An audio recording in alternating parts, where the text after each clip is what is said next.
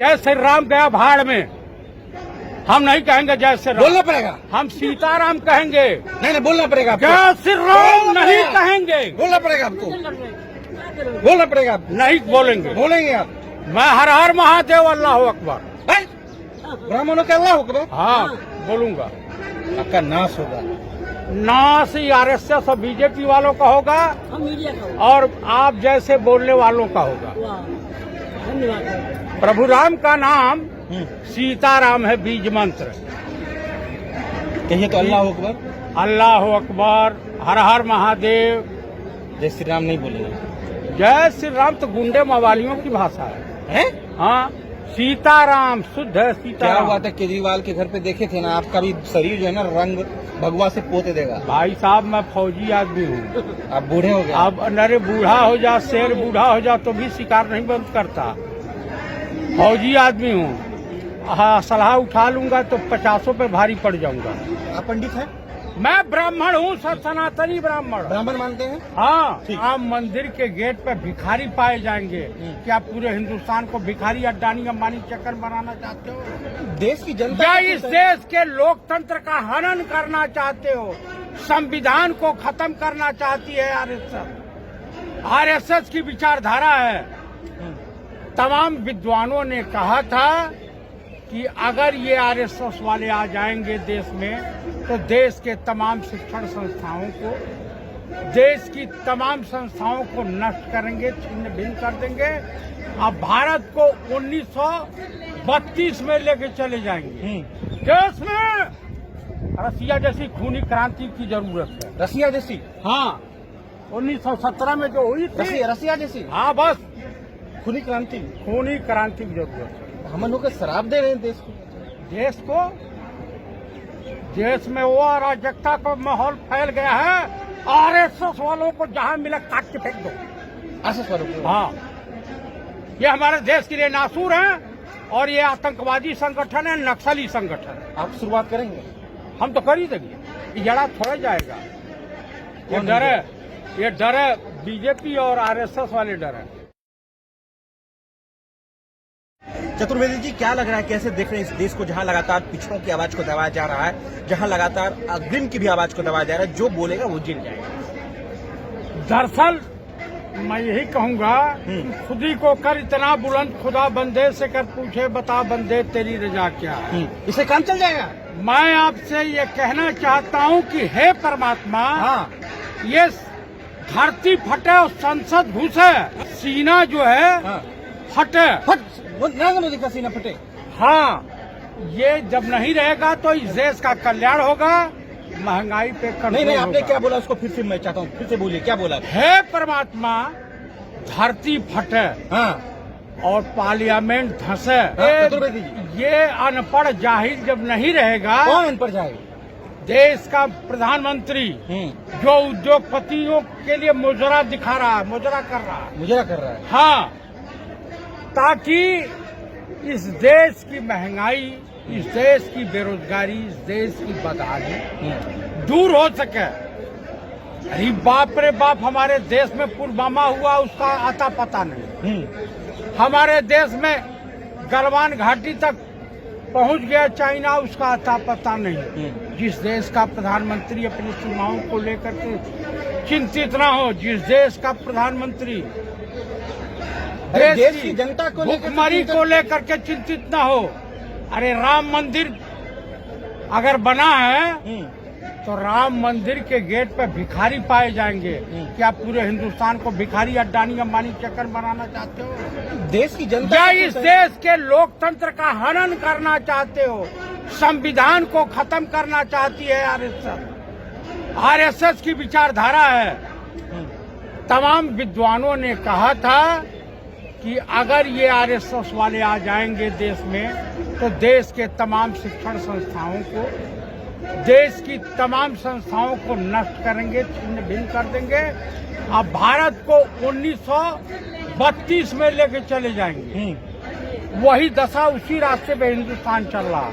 आज बेरोजगारी, देश धीरे धीरे सिविल वार यानी गृह युद्ध की तरफ बढ़ता हुआ दिखाई दे रहा।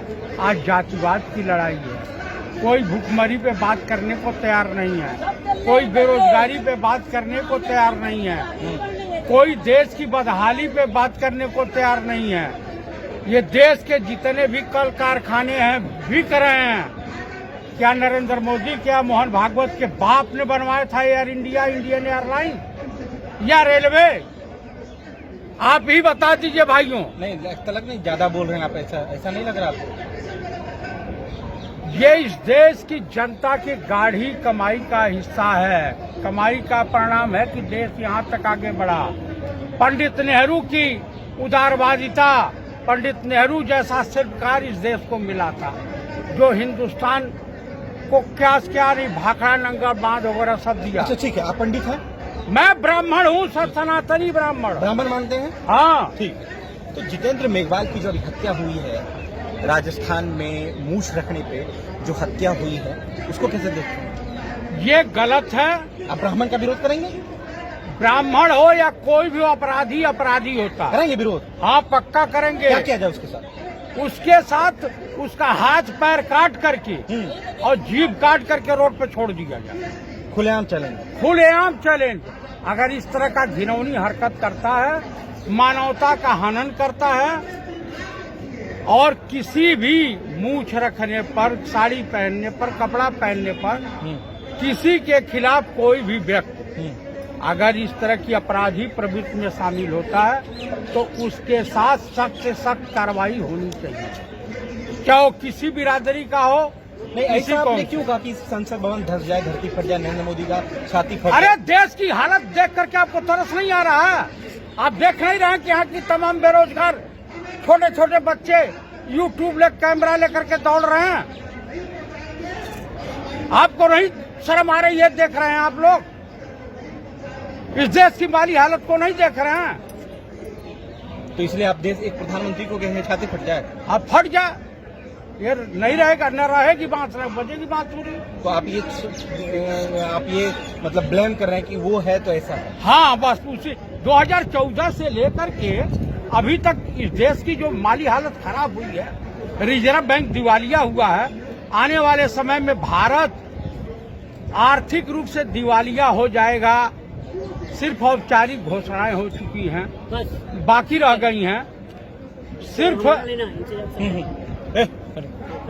जो है औपचारिक घोषणाएं बाकी रह गई, बर्बाद हो चुका है हिंदुस्तान। उदित राज ने तो आप ही के नेता है, वो कह रहे हैं कि 2025 में संविधान बदल जाएगा, खत्म संविधान। तो सही कह रहे हैं? सही कह रहे हैं? हाँ, 100 साल मनाने जा रहा है आरएसएस अपने।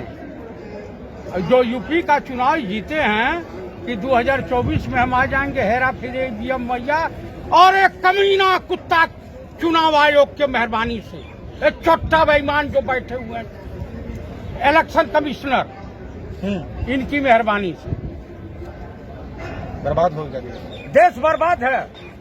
देश में रसिया जैसी खूनी क्रांति की जरूरत है। रसिया जैसी? हाँ, 1917 में जो हुई थी रसिया जैसी। हाँ बस खूनी क्रांति की जरूरत है। तब ये देश रास्ते पाएगा, तब ये देश विकास करेगा। आप ब्राह्मण होकर शराब दे रहे हैं देश को? देश में वो अराजकता का माहौल फैल गया है।